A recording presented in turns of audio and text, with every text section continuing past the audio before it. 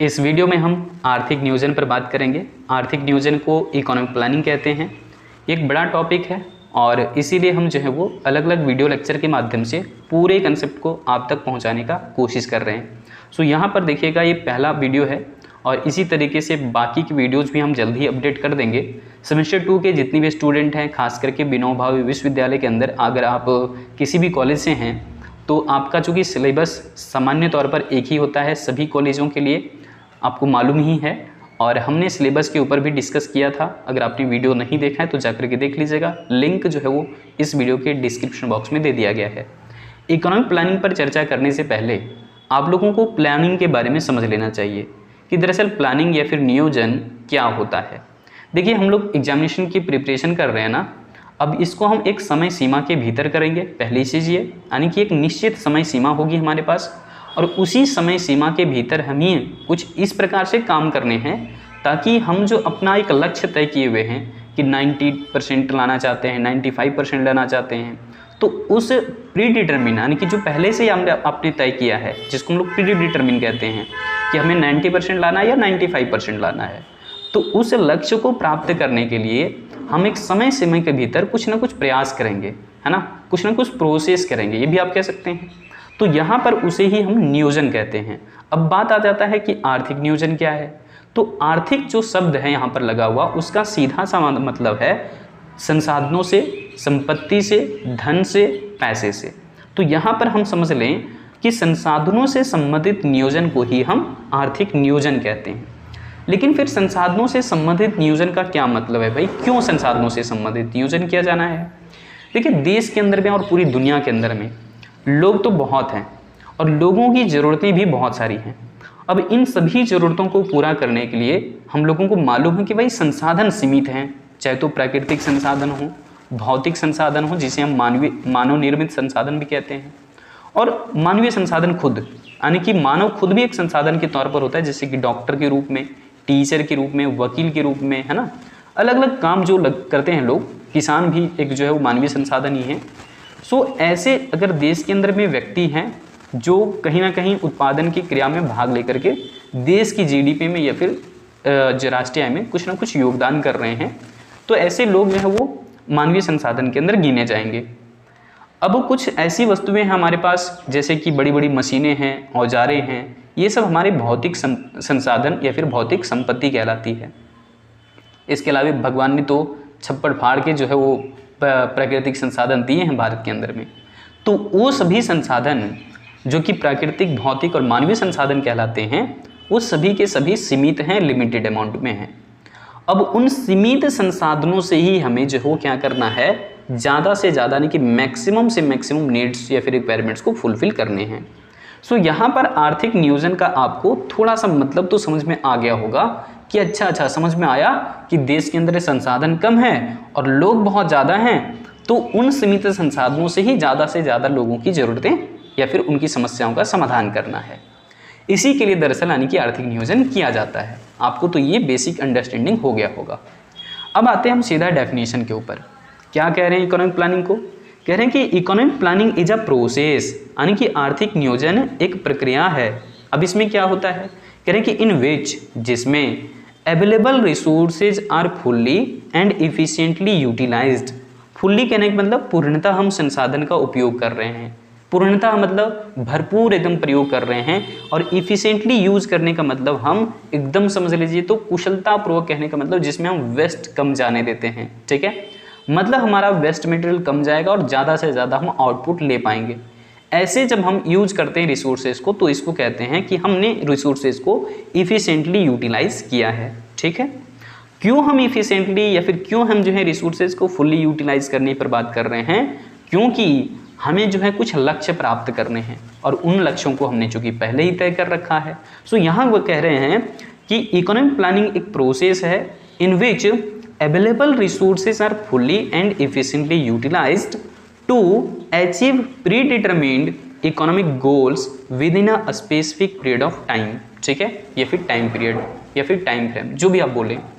इसका मतलब हम क्या समझे कि आर्थिक नियोजन एक ऐसी प्रक्रिया है जिसके अंदर पहले से निर्धारित या फिर पूर्व निर्धारित आर्थिक लक्ष्यों को प्राप्त करने के लिए या फिर आर्थिक लक्ष्यों को हम जो है वो हासिल करने के लिए एक निश्चित समय सीमा के भीतर या फिर निश्चित समय अवधि के भीतर प्राप्त करने के लिए उपलब्ध संसाधनों का पूर्णता और कुशलता पूर्वक जो है संसाधनों का हम उपयोग करते हैं। इसका सीधा सीधा मतलब है कि आर्थिक नियोजन जो है एक प्रक्रिया है ना। ऐसा नहीं कि हमने आज कर लिया तो कल नहीं करना होगा। ये हमेशा से आपको आर्थिक नियोजन तो करने ही होंगे, व्यक्तिगत तौर पर भी, पूरे देश के लिए भी, पूरे राज्य के लिए भी, पूरे क्षेत्र के लिए भी। तो आर्थिक नियोजन एक प्रक्रिया है। सबसे पहली चीज़ तो ये मन में बैठाइए कि आर्थिक नियोजन एक प्रक्रिया है, इकोनॉमिक प्लानिंग एक प्रोसेस है, बोले कि इन विच, जिसमें पहले से निर्धारित आर्थिक लक्ष्यों को, अब आर्थिक लक्ष्य होते क्या हैं? आर्थिक लक्ष्य का मतलब जैसे देश के अंदर में समझिए गरीबी है, देश के अंदर में बेरोजगारी है, देश के अंदर में आर्थिक विषमता है, देश के अंदर में मुद्रास्फीति है। इन सभी चीज़ों को हम जो है वो कम करना चाहते हैं, फिर नियंत्रित करना चाहते हैं, जो कि हमारा एक लक्ष्य कहलाता है। और चूंकि ये सभी लक्ष्यों का एक सीधा साधा मीनिंग निकल रहा है, चूंकि ये सभी लक्ष्य हमारे या तो संसाधन से संबंधित हैं, या फिर पैसे से संबंधित है, या फिर रोजगार से संबंधित है, इसलिए इसे हम जो है वो आर्थिक लक्ष्य कह रहे हैं, इकोनॉमिक गोल्स कह रहे हैं। अब एक आर्थिक लक्ष्य नहीं है, बहुत सारे आर्थिक लक्ष्य हैं। उन सभी आर्थिक लक्ष्यों को प्राप्त करने के लिए हमें क्या करना होगा? तो उपलब्ध संसाधनों का हमें पूर्णता और कुशलता पूर्वक जो है वो संसाधन का प्रयोग करना होगा, ताकि हमारे संसाधन पूरे के पूरे भरपूर इस्तेमाल हो सके। और दूसरा, हम संसाधनों को इस प्रकार से प्रयोग करें कि हमारा वेस्ट मटेरियल कम जाए, उसे ही हम कह रहे हैं कुशलतापूर्वक उपयोग करना। उम्मीद है बात समझ में आ गया होगा, ठीक है। अब आइए सेकेंड डेफिनेशन के ऊपर। यहाँ कह रहे हैं क्या? इन अदर वर्ड्स, दूसरे शब्दों में क्या लिखा हुआ है? Economic planning is the management of the entire economy. Entire मतलब संपूर्ण, यानी कि पूरी अर्थव्यवस्था को हम क्या करना चाहते हैं? मैनेज करना चाहते हैं। पूरी अर्थव्यवस्था को हम क्या करना चाहते हैं? प्रबंधन करना चाहते हैं, मैनेजमेंट करना चाहते हैं। किस लिए भाई? कहना है टू इंश्योर्स, इस बात को सुनिश्चित करने के लिए कि लॉन्ग टर्म में सस्टेनेबिलिटी हो, लंबे समय तक हमारी अर्थव्यवस्था बनी रहे। हमारे देश के अंदर बहुत ज़्यादा जब हलचल होता है ना, तो स्थितियाँ बिगड़ जाती हैं। कभी बहुत ज़्यादा महंगाई हो गई, कभी बहुत ज़्यादा वस्तुएं सस्ती भी हो गई, दोनों चीज़ें खतरनाक हैं। कभी देश के अंदर प्रोडक्शन बहुत अच्छा हो रहा है, कभी देश के अंदर प्रोडक्शन उतना हो ही नहीं रहा है जितना चाहिए, फिर हमें दूसरे देशों से मंगवाना पड़ता है ना। तो इस तरीके की जो समस्याएं हैं वो ना रहे देश के अंदर में, इसीलिए कह रहे हैं कि हम इकोनॉमिक प्लानिंग क्या है? Economic planning is the management, किसका management? Management of the entire economy, पूरी अर्थव्यवस्था का मैनेजमेंट हमें करना है। क्यों करना है?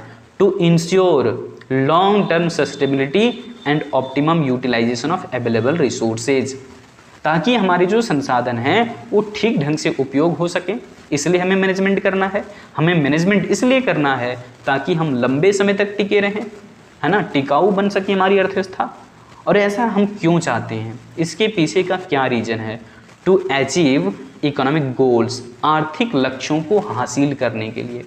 आर्थिक लक्ष्य का मतलब गरीबी, बेरोजगारी, आर्थिक विषमता, मुद्रास्फीति, इन सबको हम नियंत्रित करना चाहते हैं, कम करना चाहते हैं, ठीक है।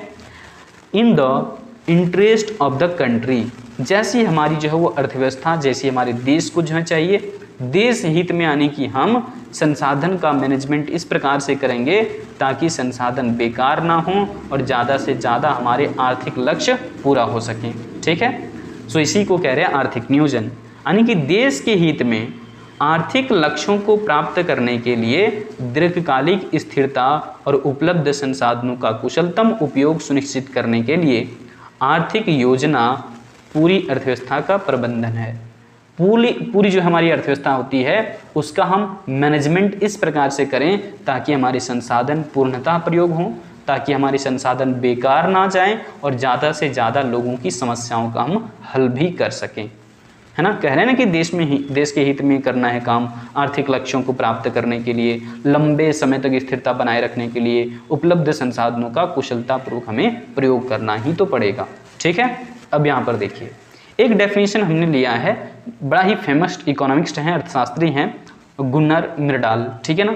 तो इनके डेफिनेशन को हमने यहाँ पर शामिल किया है कि economic planning is a program, Myrdal कहते हैं क्या, इकोनॉमिक प्लानिंग का एक प्रोग्राम है, एक कार्यक्रम है जो रिलेटेड किससे है, कह रहे हैं related to the practice of national government in which the system of state intervention in the activities of the market forces is implemented for the upliftment of the social progress. यानी कि समाज के उत्थान के लिए बात करते हैं कि आर्थिक नियोजन क्या है भाई, सरकार के द्वारा किया गया एक ऐसा प्रयास है जिसमें कि गतिविधियों को हम नियंत्रित कर सकें, है ना। तो यहाँ पर कह रहे हैं गुन्नार मिरडल के अनुसार क्या, कि आर्थिक नियोजन राष्ट्रीय सरकार के अभ्यास से संबंधित एक कार्यक्रम है। क्या है, राष्ट्रीय सरकार के लिए समझ लीजिए तो एक अभ्यास है, एक प्रोग्राम है, ये समझ लो। और इसमें क्या करना है, सामाजिक प्रक्रिया के उत्थान के लिए बाजार की शक्तियों की गतिविधियों में राज्य के हस्तक्षेप की व्यवस्था लागू की जाती है। यानी कि जब मार्केट स्वतंत्र रूप से काम कर रहा होता है, लोग अपने व्यक्तिगत लाभ के लिए जो है वो संसाधन को यूज कर रहे होते हैं, और वो यदि देश के गरीबी, बेरोजगारी, आर्थिक विषमता को समाप्त नहीं कर पाया, होगा ही नहीं, क्योंकि निजी क्षेत्र के भरोसे अगर आप अर्थव्यवस्था को छोड़ देंगे तो उनका तो सिर्फ रहता है कि ज़्यादा से ज़्यादा अपना व्यक्तिगत लाभ हो, है ना। अपने पूंजीवादी अर्थव्यवस्था की विशेषताएं पड़ी होगी, उसी को हम लोग यहाँ पर बाजार अर्थव्यवस्था के रूप में भी जानते हैं। अब बाजार शक्तियों के भरोसे केवल छोड़ दिया जाए देश के लोगों को, तो देश के अंदर में गरीबी, बेरोजगारी जैसी चीज़ें हो सकती है कि बनी की बनी रहे। इसीलिए यहाँ पर सरकार को हस्तक्षेप करना जरूरी होता है, गवर्नमेंट को इंटरफेयर करना जरूरी होता है, ताकि देश के अंदर उपलब्ध संसाधनों का इस प्रकार से उपयोग किया जा सके ताकि सोसाइटी के हर एक वर्ग, हर एक समाज को जो उसका लाभ मिल पाए। ठीक है, यही होता है आपका आर्थिक नियोजन। कह रहे हैं क्या, इन अ वेलफेयर स्टेट, एक कल्याणकारी राज्य के अंदर क्या होता है, the goals is to develop, है ना, the goal is to develop the society through economic planning. यानी कि एक कल्याणकारी राज्य के अंदर लक्ष्य आर्थिक जो नियोजन होते हैं उसके माध्यम से समाज का विकास करना है। कैसे करना है, यानी कि आर्थिक नियोजन के माध्यम से हम समाज का विकास करना चाहते हैं, सोसाइटी का डेवलपमेंट चाहते हैं। कह रहे हैं कि economic and social planning is mentioned in the concurrent list of the 7th schedule in the constitutional of India. भारतीय संविधान में जब जाएंगे ना तो आपको यहाँ पर जो है कंकरेंट लिस्ट दिखेगा, जिसको हम लोग कहते हैं क्या, समवर्ती सूची। और उस समवर्ती सूची में ही जो है वो हमारे भारतीय संविधान के अंदर जो है वो एक बात को जिक्र किया गया है कि हर एक यहाँ पर जो है वो व्यक्ति के लिए, समाज के हर एक वर्ग के लिए हमें आर्थिक और सामाजिक नियोजन करना होगा। ठीक है, ये बात जो है वो समवर्ती सूची में रखा गया है, जो कि 7वीं अनुसूची है ना, उसमें शामिल है भारतीय संविधान के अंदर। यानी कि हमारे देश के संविधान में भी इस बात को उल्लेख किया गया है कि हर एक यहाँ पर जो है वो व्यक्ति के लिए, देश के हर एक नागरिक के लिए सामाजिक और आर्थिक नियोजन तो करने ही होंगे। सो ये अधिकार तो हमें अपना संविधान ही देता है। समझ आ गया होगा। आगे देखिए, आगे हम लोग देखेंगे टू द पॉइंट है, ऑब्जेक्टिव्स है, जिसे हम इसकी जो उद्देश्य कह सकते हैं कि आर्थिक नियोजन का क्या उद्देश्य होता है, क्यों आर्थिक नियोजन किया जाता है किसी देश के अंदर। अभी तक तो आपको डेफिनेशन समझ में आ गया होगा। अब बात करते हैं इसके उद्देश्य के ऊपर।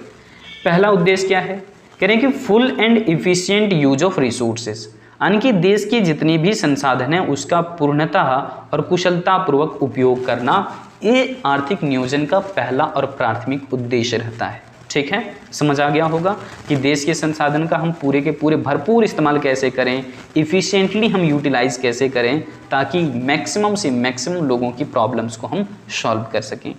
आगे देखिए, नेक्स्ट अगला क्या है, कह रहे हैं ensuring proper allocation of resources, और ये गवर्नमेंट बजट के माध्यम से करती है। आपको पता है जब हम लोग बजट पढ़ते हैं तो वहाँ पर देखते हैं कि सरकारें कुछ जो है वो कार्यक्रम भी करती हैं, कुछ योजनाएं भी लाती हैं और सरकार उस पर पैसे खर्चे करती हैं, सरकार इन्वेस्टमेंट भी करती है, सरकार सामाजिक कल्याण के लिए जो है वो लोगों को सब्सिडी भी देती है, सहायता राशि भी देती है। ठीक है, सो दूसरा उद्देश्य क्या होता है आर्थिक नियोजन का, कहने संसाधनों का उचित आवंटन सुनिश्चित करना, ताकि सही ढंग से जो है देश के अंदर में जो असमानता है देश के अंदर में आय की या फिर संपत्ति की असमानता वो कम हो सके, जो गरीबी है देश के अंदर में वो कम हो सके, जो बेरोजगारी के स्तर है बहुत ज़्यादा बढ़ा हुआ वो कम हो सके, जनसंख्या नियंत्रण जैसी चीज़ों पर भी हम लोग आगे चल करके भी बात करेंगे ही। तो यहाँ पर आपको पता चल गया कि संसाधन का उचित आवंटन कर देना है ताकि हर एक सोसाइटी के लोगों तक जो है वो ये लाभ पहुँच सके। आगे देखिए, नेक्स्ट कह रहे हैं रिमूविंग अनएम्प्लॉयमेंट, बेरोजगारी की समस्या को दूर करना ही जो है वो आर्थिक नियोजन का भी एक मुख्य लक्ष्य में से है, या फिर कह सकते हैं इसको क्या, रोजगार सृजन करना, है ना, एम्प्लॉयमेंट क्रिएशन करना। ठीक है, आगे चलिए बात करते हैं अब सेकेंड मुद्दे पर। देश के अंदर में चूंकि गरीबी भी बहुत व्यापक है, उस गरीबी को कम करने के लिए भी हमारे यहाँ पर आर्थिक नियोजन किया जाता है, यानी कि गरीबी उन्मूलन जिसे हम कहते हैं। ठीक है, ये भी आपको समझ में आ गया होगा। अगला देख लीजिए, अगला क्या कह रहे हैं, आर्थिक असमानता को दूर करना, यानी कि रिमूवल ऑफ इकोनॉमिक इनइक्वालिटीज, यानी कि हम आर्थिक विषमता को दूर करना चाहते हैं, जहां एक और गरीब बहुत ज़्यादा गरीब होते चला जा रहा है, अमीर बहुत ज़्यादा अमीर होते चला जा रहा है, इस अंतर को कम करना है। क्योंकि जब भी देश के अंदर में आर्थिक विषमता या फिर आर्थिक असमानता रहती है तो लोग जो है वो छुआछूत, भेदभाव, ये सब सारी समस्याएं पैदा करते हैं। तो देश के अंदर में कभी भी आर्थिक विषमता देश को आगे बढ़ने नहीं देगा, इसलिए जो है वो यहाँ पर आर्थिक समानता लाना लोगों के बीच में जरूरी है। अमीर तो अमीर हो, ठीक है, गरीब नहीं बनने के लिए कह रहे हैं, लेकिन अमीरों और गरीबों के बीच का अंतर भी बहुत ज़्यादा नहीं रहना चाहिए। ठीक है, तो उस असमानता को कम करने के लिए देश में आर्थिक नियोजन किया जाता है। अगला देखिए, और क्या उद्देश्य है, कह रहे हैं कि proper development of infrastructure. Infrastructure दो तरीके के होते हैं, हिंदी में हम इसे अवसंरचना बोलते हैं। तो आधारभूत अवसंरचना या फिर बेसिक जो इंफ्रास्ट्रक्चर होता है देश के लिए, जैसे रोड, हवाई अड्डे, रेलवे, ये सब जितनी भी सेवाएं हैं, संचार की बात हो, है ना, कम्युनिकेशन जिसे कहते हैं, तो ये सब सभी हमारे जो है वो अवसंरचना कहलाते हैं देश के लिए, या फिर इंफ्रास्ट्रक्चर कहलाते हैं। तो जब तक देश के अंदर में रोड अच्छा नहीं होगा, देश के अंदर में जो हवाई अड्डे नहीं बनेंगे, देश के अंदर में रेलवे जो है वो पटरियाँ नहीं बिछाई जाएंगी, देश के अंदर में जो है वो बैंकिंग सेवाओं का विस्तार नहीं होगा, देश के अंदर में जब कम्युनिकेशन या फिर संचार सेवाओं का विस्तार नहीं होगा, तब तक हम देश की तरक्की कैसे कर सकते हैं। देश की तरक्की इन्हीं चीज़ों में तो है कि लोगों की हर एक आवश्यकताएं इन सारी चीज़ों के माध्यम से पूरा होगा। और इसे बेसिक इंफ्रास्ट्रक्चर इसलिए कह रहे हैं चूँकि रोड एक जगह से दूसरी जगह जाने के लिए हर एक व्यक्ति को ज़रूरत है, हर एक सोसाइटी के वर्ग के लोगों के लिए ज़रूरी है, चाहे तो वो अमीर हो, गरीब हो, किसी भी वर्ग में आता हो। ठीक है, आगे देखिए, कह रहे हैं कि balance development of agriculture and industry. अब बैलेंस डेवलपमेंट का मतलब क्या है कि हम ऐसा ना हो कि सिर्फ कृषि क्षेत्र का विकास कर दिए और हमारा जो वो हम समझ रहे हैं कि हमारा जो है कृषि क्षेत्र का विकास हो गया तो ओवरऑल डेवलपमेंट हो गया, कभी नहीं। आप अगर रोजगार के ज़्यादा से ज़्यादा सृजन की बात करते हैं तो कृषि क्षेत्र से भी बाकी आपको फिर अलग अलग क्षेत्रों पर देखना होगा। भारत जो है वो शुरुआत से ही, भारत के ज़्यादातर लोग जो है वो प्राथमिक क्षेत्रों पर ही निर्भरता शुरुआत से ही बढ़ाए हुए हैं, है ना। लोगों की ज़्यादा डिपेंडेंसी एग्रीकल्चर सेक्टर के ऊपर में है, या फिर एग्रीकल्चर से रिलेटेड उसकी कह सकते हैं अलाइड सेक्टर या फिर उसके संबंधित क्षेत्रों पर ज़्यादा है, जैसे गौ पालन, बकरी पालन, मुर्गी पालन, ये सब जो है चीज़ें होती है। इसके अलावा फिर हम जो है वो खेती बाड़ी तो जानते ही हैं। तो प्राथमिक क्षेत्र के ऊपर में देश की जो जनसंख्या है वो ज़्यादा निर्भर है। हमें सिर्फ इससे निर्भरता से काम नहीं चलने वाला है, क्योंकि एग्रीकल्चर का जो वो मुख्य जो है विचारधारा ये है कि ये डिपेंड करता है ज़्यादातर प्राकृतिक तत्वों पर, कि धूप अच्छा रहा कि नहीं रहा, बारिश अच्छे समय पर हुआ या नहीं हुआ, इन सभी मुद्दों पर जो है वो हमारा एग्रीकल्चर प्रोडक्ट डिपेंड करता है। तो ओवरऑल केवल हम एग्रीकल्चरल डेवलपमेंट करके पूरे देश का विकास तो नहीं समझ सकते ना, लेकिन हाँ, एग्रीकल्चरल डेवलपमेंट हमारा मेन पार्ट जरूर है, रीढ़ की हड्डी भी बोलते हैं इसको, ठीक है, या फिर जो है वो अर्थव्यवस्था का आधारशिला भी बोला गया है। सो यहाँ पर एक चीज़ ध्यान रखिएगा कि हम जो है वो केवल कृषि का विकास करके जो है वो हम देश का पूरा तरक्की कभी भी माप नहीं सकते हैं, क्योंकि आप कृषि क्षेत्र में और कितने लोगों को रोजगार पर लगाएंगे। हमारे यहाँ पर पढ़े लिखे लोग भी होंगे, हमारे यहाँ पर जो है कुशल लोग भी होंगे, उन लोगों के लिए भी तो नौकरियाँ ढूंढनी होगी, क्योंकि कृषि क्षेत्र में ज़्यादा किसी तरह की योग्यता, ज़्यादा तरह की कुशलता की आवश्यकता नहीं होती, बस हाँ मेहनत बहुत ज़्यादा होता है। तो यहाँ पर आप कह सकते हैं कि कृषि क्षेत्र में और वो जो उद्योगों में जो अनबैलेंस का सिचुएशन बना रहता है उसको बैलेंस डेवलपमेंट करना, है ना, यानी कि एक तरफा ध्यान ना दे करके हम दोनों को साथ में लेकर के चलने की जब बात करते हैं तो हम फिर देश का ओवरऑल डेवलपमेंट समझ सकते हैं। इसके अलावा तृतीय क्षेत्र भी होता है देश के अंदर में, जिसे हम सेवा क्षेत्र कहते हैं, भारत के लिए तो बड़ा गर्व की बात है कि आज तृतीय क्षेत्र के अंदर राष्ट्रीय आय में जो है वो लगभग 53.3% जो है वो कंट्रीब्यूशन होता है सेवा क्षेत्र का अकेला केवल। तो इस बात को आप समझ लीजिए कि कृषि और उद्योगों का जो हो संतुलित विकास करना भी आर्थिक नियोजन का ही एक मेन मकसद रहता है, यानी कि balance development of agriculture and industries. अगला देख लीजिए और क्या उद्देश्य होते हैं आर्थिक नियोजन के। कह रहे हैं कि to achieve the goals of economic development with social justice, यानी कि सामाजिक न्याय के साथ में जो है वो आर्थिक विकास के लक्ष्यों को प्राप्त करना, है ना। बात समझ में आ रहा है, मतलब हम सामाजिक न्याय चाहते हैं हर एक वर्ग के लिए, हर एक लोगों के लिए, है ना। और उस ढंग से जब हम आर्थिक विकास करेंगे निश्चित तौर पर जो है देश के अंदर में और भी बेहतर स्थितियां या फिर गति देश को मिल सकेगा। ठीक है, आगे आ जाइए। हम यहाँ पर जो है वो सेकेंड लास्ट पॉइंट देखेंगे, वो है प्रमोशन, या फिर हम कह सकते हैं कि एक तरीके से हम इन्वेस्टमेंट को जो है प्रोत्साहन देना चाहते हैं, या फिर हम निवेश को जो है बढ़ावा देना चाहते हैं। ठीक है, कैपिटल फॉर्मेशन को बढ़ावा देना चाहते हैं, पूंजी निर्माण को बढ़ावा देना चाहते हैं। क्योंकि देश के अंदर में जब अलग अलग हेल्थ है आपका सेक्टर या फिर एजुकेशन सेक्टर, इन क्षेत्रों पर जब विशेष तौर पर इन्वेस्टमेंट नहीं होंगे, जब निवेश नहीं होगा, तो फिर इन देशों में लोगों को काम पर कैसे लगाया जा सकता है। सो हेल्थ है आपका, एजुकेशन है, मुख्य रूप से अगर हम इस पर इन दोनों चीज़ों पर फोकस करते हैं तो देश के अंदर में जो मानव है वो मानवीय संसाधन बनता है। शिक्षित होकर के, स्वस्थ होकर के वो कहीं ना कहीं देश की जीडीपी में अपना कंट्रीब्यूशन दे पाता है। ठीक है, कैपिटल फॉर्मेशन का सीधा मतलब है री इन्वेस्टमेंट से। एक बार हमने पैसे कमाए, दोबारा से उसे हम जो है ऐसी जगह पर लगा रहे हैं जहाँ से फिर से पैसे प्राप्त हो सकते हैं, वहाँ पर रोजगार भी विकसित होंगे नए नए तरीके के। तो यह भी हमारा जो है कैपिटल फॉर्मेशन के नाम से जाना जाता है, जिसे हम कह सकते हैं change in stock, capital stock, यानी कि पूंजी निर्माण जो है वो क्या है, एक तरीका का पूंजीगत वस्तुओं के जो है स्टॉक में वृद्धि से लगाया जाता है। जैसे आज हमारे पास मान लीजिए कि एक मशीन है, कल चल के हमारे पास 2 मशीन होगी, है ना। तो इस तरीके का हम इसे जो है कैपिटल फॉर्मेशन कहते हैं। हालांकि कैपिटल हम लोग केवल यहाँ पर भौतिक वाला नहीं ले सकते, मानवीय का भी ले सकते हैं, जिसे हम कहते हैं मानवीय संसाधन, यानी कि ह्यूमन रिसोर्स डेवलपमेंट के लिए फिर आपको एजुकेशन और हेल्थ के ऊपर में जाना होगा। हेल्थ इंडिकेटर, एजुकेशन इंडिकेटर को मजबूत करना होगा, ज़्यादा से ज़्यादा लोगों को शिक्षित करना होगा, ज़्यादा से ज़्यादा लोगों को जागरूक करना होगा, ज़्यादा से ज़्यादा लोगों को ये हेल्थ जो है वो हेल्थ सुविधाएं उन्हें जो है पर्याप्त मात्रा में उपलब्ध होनी चाहिए। ये सब सारी चीज़ें जब किसी व्यक्ति को मिलेगा निश्चित तौर पर वो देश के लिए जो है वो अच्छा संसाधन बनेगा, और वो अच्छे डॉक्टर बनेंगे, अच्छे टीचर्स बनेंगे, अच्छे वकील बनेंगे, अच्छे मजदूर बनेंगे, अच्छे जो है वो किसान बनेंगे। ये सब सभी देश के लिए बहुत ज़रूरी होते हैं। तो यानी कि कैपिटल फॉर्मेशन यदि हो जाएगा तो इसका मतलब है कि देश में मानव पूंजी निर्माण या फिर देश में जो है भौतिक पूंजी निर्माण जब गति मिलेगा, निश्चित तौर पर हम दिन दुगुनी रात चौगुनी मेहनत करके जो है देश को आगे और भी ले जा पाएंगे। ये आर्थिक पॉइंट ऑफ व्यू से है, इकोनॉमिक पॉइंट ऑफ व्यू से है।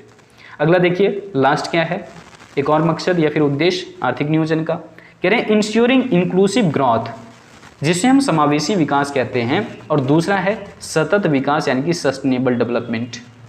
तो आर्थिक विकास के अंदर ये 2 विकास कौन से आ गए भाई, समावेशी विकास, सतत विकास। समावेशी विकास का मतलब होता है हम हर एक वर्ग को जहाँ पर लेकर के चलते हैं, समाज के किसी भी कोने में वो व्यक्ति बैठा हो, सरकार की योजनाओं, सरकार की नीतियों, सरकार के कार्यक्रमों का लाभ उस व्यक्ति तक जरूर पहुँचेगा। इस बात को हम लोग जो है यहाँ पर मेंशन करते हैं। और सतत विकास का मतलब होता है कि हम संसाधनों का इस प्रकार से प्रयोग करेंगे। देखो आर्थिक नियोजन का उद्देश्य क्या है कि हम संसाधन का इस प्रकार से प्रयोग करेंगे ताकि वो हमारा संसाधन अभी भी बना रहे, यानी कि वर्तमान पीढ़ियां भी उसे यूज कर सके और आने वाली भावी पीढ़ियां भी अपने समझौते के साथ, अपनी जो वो आवश्यकताओं के साथ समझौता ना करे। मतलब हमें जो है संसाधन को ईमानदारी पूर्वक बेहतरीन तरीके से यूज करना होगा। ऐसा ना हो कि आज हमारे पास मान लीजिए झारखंड के अंदर में पर्याप्त मात्रा में कोयला है, हम उसे जो है खूब जला दिए और पूरे तरीके से उसको भस्म कर दिए, राख तैयार कर दिए। अब आने वाली पीढ़ियां जो है गूगल में सर्च करेगी कोयला क्या होता है। ऐसा नहीं होना चाहिए। इसी बात को यहाँ पर मेंशन किया है सतत विकास में या फिर सस्टेनेबल डेवलपमेंट्स में। ठीक है, ये कहता है सतत विकास में क्या कि देश के संसाधनों को इस प्रकार से प्रयोग किया जाए ताकि वर्तमान पीढ़ियां जो है वो अपनी आवश्यकताओं के साथ समझौता ना करते हुए संसाधन जो है वो भावी पीढ़ियों के लिए भी बचा करके रखे, है ना, ताकि उन्हें भी अपनी समझौता के साथ, अपनी जो है आवश्यकताओं के साथ समझौता ना करना पड़े। उम्मीद है ये बात आपको समझ में आ गया होगा। और ये सतत विकास का कंसेप्ट है, ये आया था सितंबर के 2015 में। जहां पर हम देखते हैं कुल 17 लक्ष्य हैं सतत विकास के अंदर, और इन 17 लक्ष्यों को 2030 तक सभी देशों को पूरा भी करना है। सो उम्मीद है आप इस बात को समझ पाए होंगे कि आर्थिक नियोजन किसे कहते हैं और आर्थिक नियोजन के कौन कौन से उद्देश्य होते हैं। मिलते हैं फिर से हम अगली वीडियो में, जहाँ पर हम डिस्कस करेंगे कि आर्थिक नियोजन के कौन कौन से प्रकार हैं। जय हिंद।